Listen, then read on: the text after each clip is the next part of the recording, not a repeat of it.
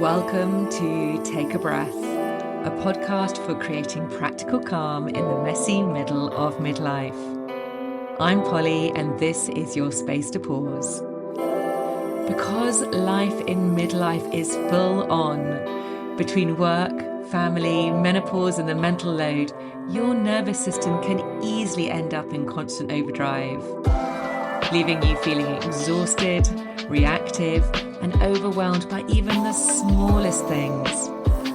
Each week, I'll share my own tools alongside honest conversations and practical nervous system support to help you create more calm, peace, joy, and inner steadiness, not by escaping your life, because that's totally unrealistic, but by meeting it differently. So whenever you're ready, let's take a breath in through the nose. Feel your belly rise, your ribs expand, and as you exhale, let's begin. Hello, and welcome back to Take a Breath. Now, today's episode is a solo episode with me, and I want to continue on from the episode I did a couple of weeks ago, which is called How to Know If You Have a Regulated Nervous System. I think this is such an important subject at the moment because there is so much stuff going on in the world at the moment. I actually really try and keep a distance from the news because if I listen or watch too much or read too much about what's going on, it can really leave me feeling very on edge and worried and anxious. So I tend not to read newspapers. I mean, I read the headlines. My Giles, my husband, is a news junkie, loves the news and needs to know about what's going on in the world for his job. So we always have the Sunday newspapers and Saturday newspapers around in our house. So I will read the headlines. I'll read the bits which are more lifestyle-y and cultural. But in terms of the news, I kind of feel like I know what's going on, but I don't get too entangled up with it because so much of it is so negative, and there's a lot of headlines which are just there for us to, it's like clickbait. It's like, right, let's just find out about all the negative rather than really celebrating all the positive things that are going on in the world. And in terms of the effect that that has on us, is it keeps us in a state of fight or flight, of feeling really on edge. So the next few solo episodes, I really want to dive more into how we can regulate our nervous systems. And today I'm going in for step one, which is all about awareness. Because before we can even talk about calming the nervous system, before we even talk about regulation tools or how you bring yourself back down when things do feel too much, we always have to start with awareness. You will have heard Lucy and I on Thursday Thoughts, if you listen to this podcast regularly, talk about awareness in literally every single episode, because awareness is the doorway to everything. So many of us want to do something about how we're feeling. We want to fix it. We want to calm down. We want to stop reacting. We want to feel better. Whatever it is, we want to, ultimately, I think we want to feel more in control, but you can't change or regulate what you're not aware of. For most of our lives, and honestly, this was me for most of my life, we're living on autopilot when it comes to most things, particularly when it comes to our nervous systems. And when we're on autopilot, what that means is that we're reacting to our circumstances, to our environment, to everything before we even realize we're reacting. So, for example, I know that I would have in the past got so pissed off if I was sitting in a bad traffic jam. I would get really irritated by it. I would really let it affect my mood.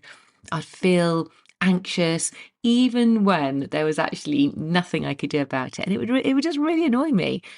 And then what's interesting is that if you look back, you can then see that that frustration and that kind of mood affects the next thing.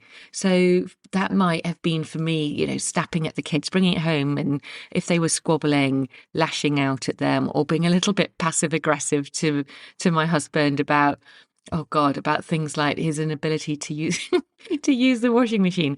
This does still slightly irritate me, but I've learned to control this. But ultimately, things like that can turn into an argument, and it's like a big chain reaction where you're not in control of how you're behaving. And so often I knew it was me and my mood, my bad mood, making matters worse for others around me. But I just couldn't seem to help it. And I wasn't really aware when that whole chain reaction had started. And that's really just because our nervous systems do what they've learned to do automatically. So these were behaviors that my nervous system was just really used to. I wasn't able to interrupt them because I didn't realize I even had a choice because they were so automatic.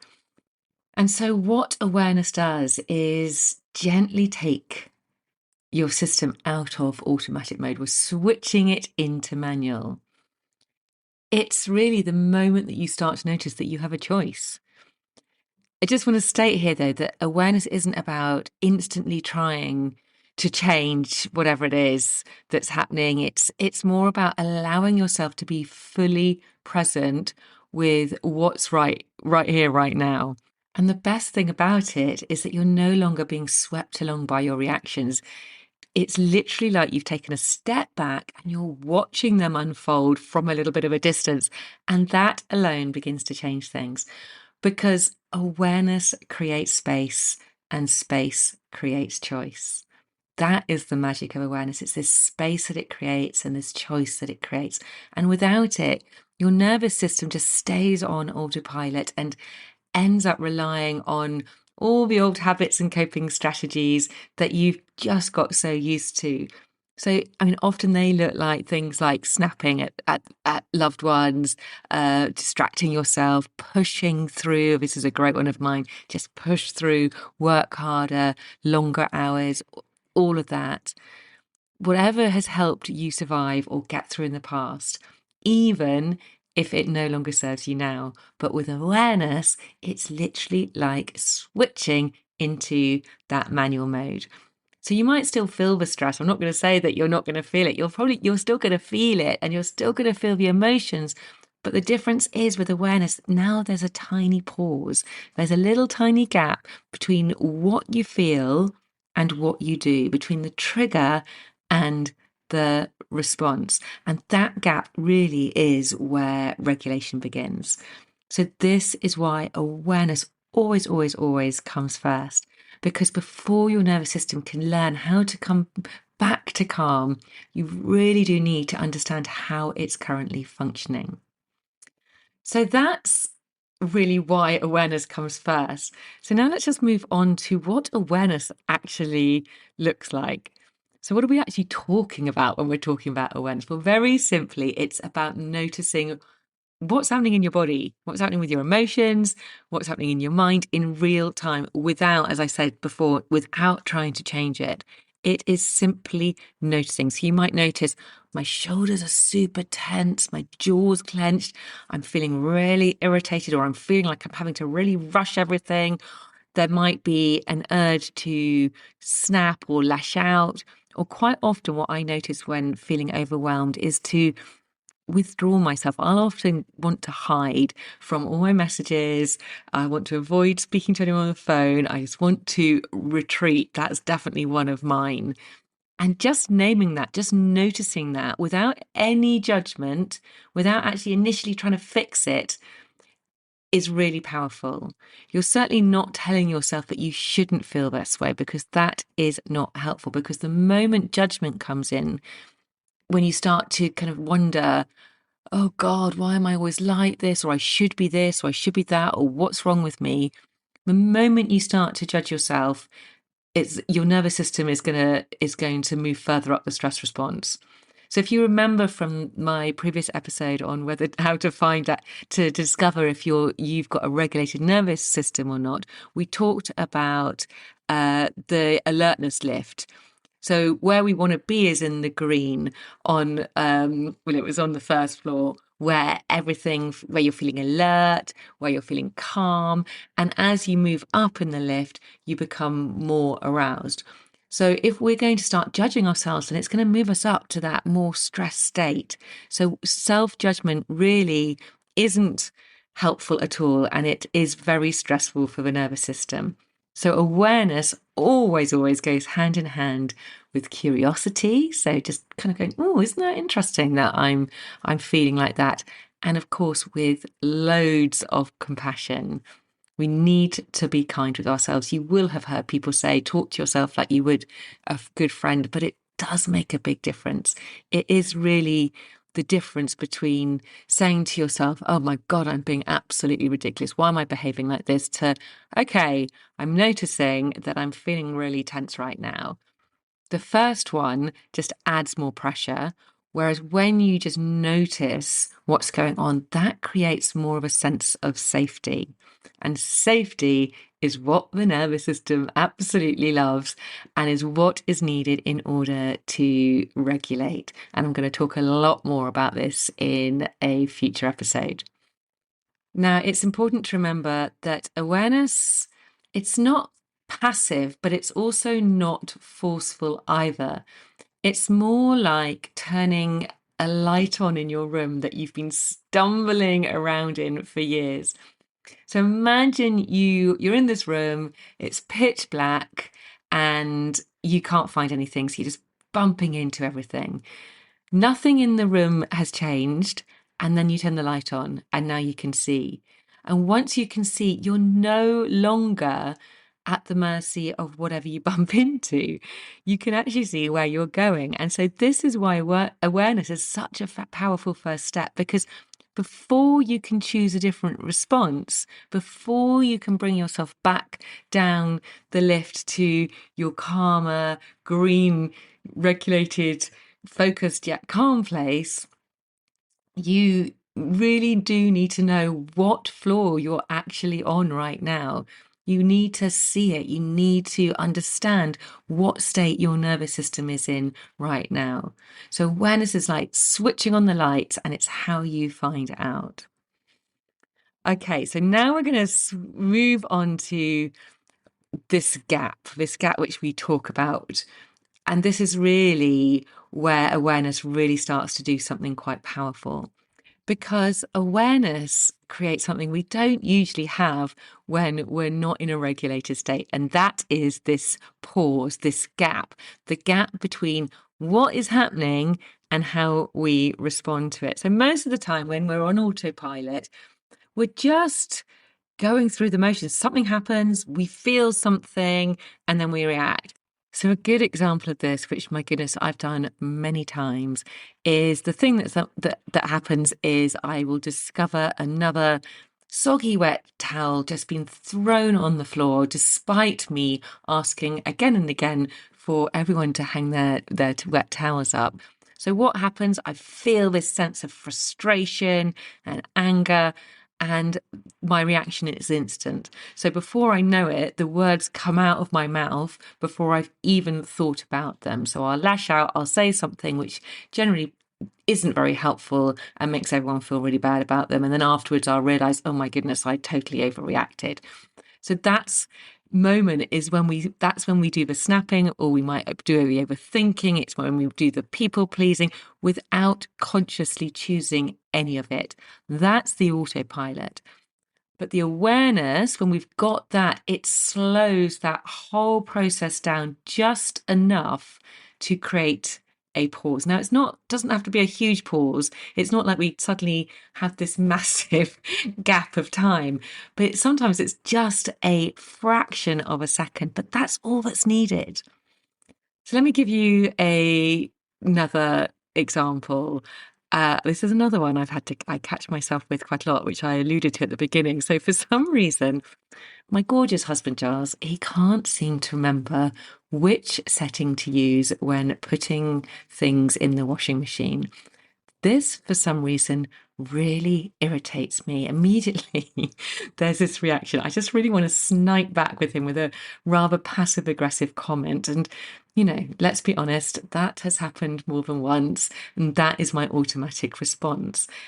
Very quickly, I can turn this very small incident into a story in my head, which is usually something about thinking, why on earth does he not know? How can he not remember? And then that might spiral into, why do I have to do everything around here? How stupid can you be? Sorry, Charles, I don't mean it.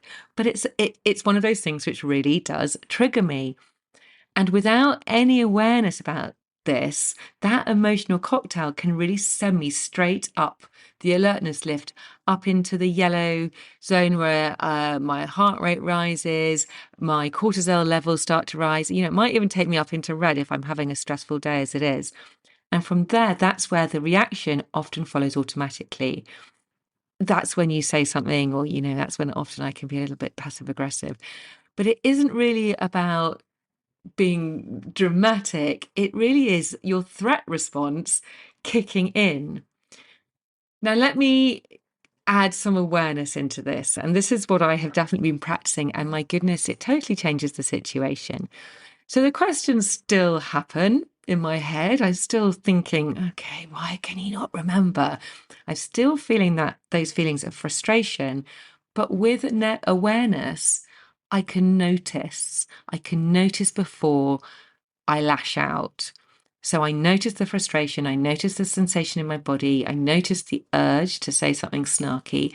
And instead of reacting straight away, I pause literally for a moment. I might even take a breath. And I might say to myself, okay, this has hit my nerve. This, I know, really annoys me. And with curiosity, I might just go, that is really interesting. I wonder what buttons that is pressing in me, because there's something in me which that really gets. And it's just curiosity. You don't have to solve it, but it's just noticing. That's the pause.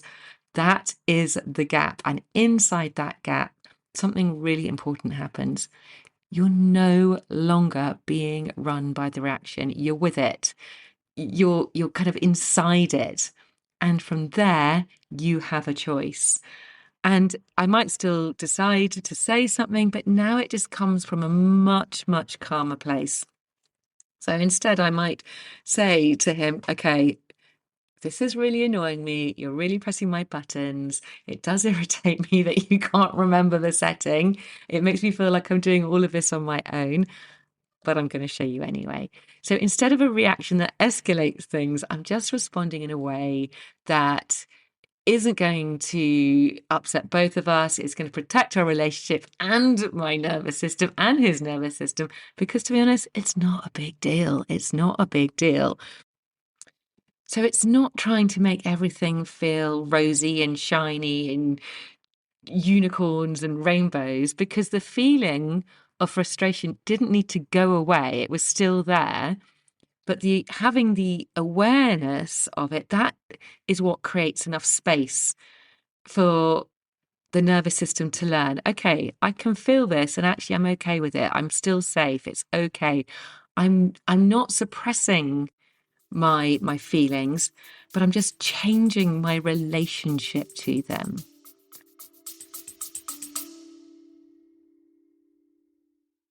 I will only ever recommend brands that I know, love, and use myself.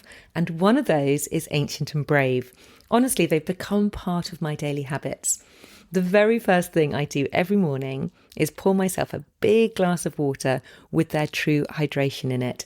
It feels like such a simple ritual, but it really sets me up for the day. And I know I'm properly rehydrating with their blend of electrolytes and minerals, especially before I exercise, which I always do in the morning. Then later on, when I make my coffee, I stir in their true collagen powder into the coffee.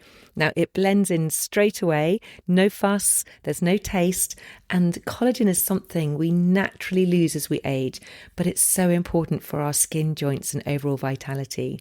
Now, I'll be honest, Ancient and Brave may cost a little more than some of the tubs you'll spot on supermarket shelves, But the difference is you're getting the highest quality ingredients, sourced with integrity and tested to a higher standard, and absolutely no nasties added.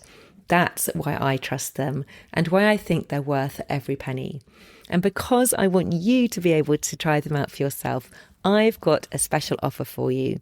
As a listener of this podcast, you can get 20% off your very first order. All you need to do is click the link in the show notes and pop in the code POLLYW20 at checkout. They've got more than just collagen and hydration too. They've got creatine, they've got blends, supplements. So it's a perfect chance to explore their range and make the most of that 20% off. So nothing changed about the situation. It still happened, but what actually changed was how much energy I gave to it. And essentially that's regulation.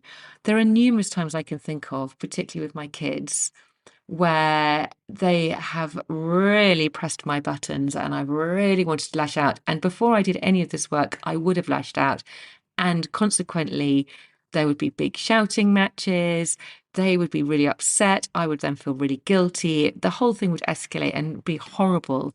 But when you notice the feelings that are being triggered in that interaction before you start lashing out, that, oh my goodness, here I go again. I'm feeling really triggered by what they are saying.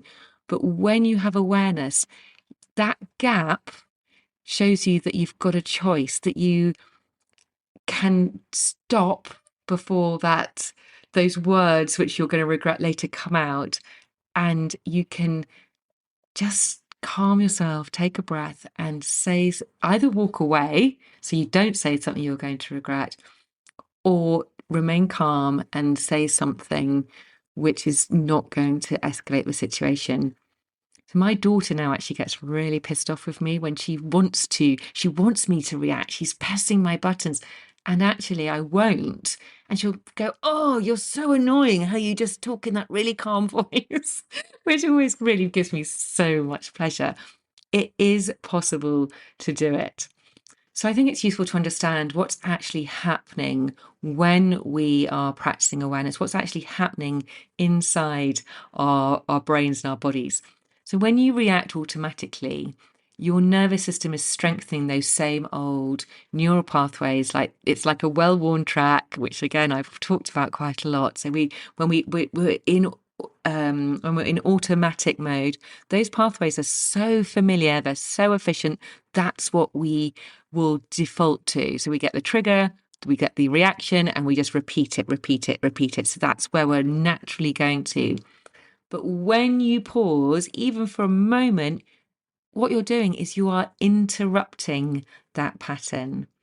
You're essentially teaching your nervous system, okay, I don't have to fire in the same way every time. I can feel this without acting on it and I'm still safe. And that's how the system starts to change. We're breaking the pattern and we're creating new ones. There's a really interesting study that shows how simply, just by observing your urges and your sensations in these moments without acting on them, weakens their grip over time. So the study looked at people who were trying to stop smoking. And instead of being told to fight their cravings or distract themselves away from their cravings, these people were taught to notice the urge in their body. So the sensations, the feelings, the thoughts, those pulls towards wanting to smoke, they were taught to notice them without judging those feelings and without immediately doing anything about it. So without reaching for the cigarettes. And what they found was that the cravings, they didn't disappear overnight, but over a few weeks, the link between the craving and them reaching for a cigarette to actually smoke it weakened. So the link between the craving and the behavior weakened. They still got the urge to smoke, but interesting, it no longer automatically led to the cigarette. And they call this decoupling. So the trigger and the response, They're no longer glued together. Before, the urge would lead straight away to reaching for a cigarette and smoking it. But when they just noticed the urge and the feelings, that response, that trigger and response, were no longer so tight. And that's exactly what you're doing when you practice awareness. You're not forcing yourself to behave differently, and you're not overriding your nervous system. You're just giving it a new experience. So instead of, I feel this urge, or I feel this really strongly, therefore I must react, your system learns, I feel this, and now I can pause. And over time, those old reactions start to lose their intensity. They still might show up, but they're not going to hijack you in the same way. This is neuroplasticity in action. This is you being able to change your behaviors, your responses, your neural pathways. Your nervous system is constantly learning from what you do in the moment, and awareness gives it a new pattern to learn from. So if you take nothing else from this, just let it be this. Every time you notice and you pause, even if you do react later, because you are going to when you're practicing this, you're doing the work. That's it. Awareness isn't passive, it's a practice. And it's quietly building a more flexible, regulated nervous system every time you do it. I really like this simple way to help you understand it a little bit more. It's something called dog mind and lion mind. Now imagine, where's the dog? Imagine I'm literally on cue as I start talking about a dog. Uh, Imagine you're holding a bone. Now, if you wave that bone in front of a dog and you throw it, I mean, my dog anyway, he's off. He's chasing it immediately. There's no pause. It's almost like he has no choice. That bone controls him. So that's dog mind. Now, imagine doing the same thing in front of a lion. Now, the lion doesn't automatically chase the bone because the lion sees the bone, but it also sees you. So the lion understands that the bone is just a small part of what he could eat. So he might decide to move towards the bone. Goodness me, that's Herbie shaking away. He might decide to move towards the bone, but the lion might also decide that he might move towards you and eat you. But the key thing here is there's space. The lion is making a choice. So that's lion mind. So when you're dysregulated, your nervous system is not functioning as well as you'd like it to, that's often in dog mind. A thought appears, an emotion comes along, an urge shows up, and you're off. You're reacting, you're snapping, you're overthinking before you've even realized what's happening. But awareness is what shifts you from dog mind to lion mind. So you're still, that's when you still see the bone, you still feel the feeling, you still notice the urge, but you're no longer chasing it automatically. You're able to pause and see the bigger picture. And that pause is everything. So how on earth do we build this awareness so it just becomes more natural and automatic rather than something we have to remember to do? And the honest answer is it's practice, practice, practice, practice. Awareness is really it needs to be built in small, repeatable moments. So the first and simplest thing I always recommend to people is to create reminders. So I started off by doing this by setting an alarm to go off on my phone at regular intervals throughout the days, literally just a ding. And it's that little nudge that just says, okay, just check in with yourself. What is going on? And you can just notice your thoughts. You can notice how you're feeling. It's just reminding yourself to get out of autopilot and into manual mode. You can also leave post-its around, or you can ask someone to remind you. You can have accountability, but I just think it's just having something to remind you to check in. And it's not like you're trying to change anything. You're simply noticing. You're noticing what you're feeling in your body, what your breathing's like, where your nervous system is on that alertness lift, just noticing. So another really helpful way, which I have found very helpful to build my awareness, is through any practice that turns your attention inwards. So that could be meditation, breathwork, yoga, even walking, anything that helps you tune into sensations in your body rather than staying stuck in your head. Because this is what we call interoception. It's your ability to sense and interpret what's happening inside your body rather than just zoning out and being completely disconnected from it. It's really important because your nervous system doesn't speak in words, it speaks in sensations. So that's when you start to notice you might have a bit of heaviness on your chest, or a constriction in your throat, or a bit of tightness in your shoulders. When you regularly practice noticing those sensations in the calm moments, it becomes so much easier to recognize them when you're activated. So it's a bit like learning to drive. At first, you have to really concentrate on all the things that you're doing, but over time, it becomes familiar. It becomes something which you can do without having to think about. And eventually, you just start to notice in the moment of where your thoughts are going, that you're getting tense, that you are feeling really activated.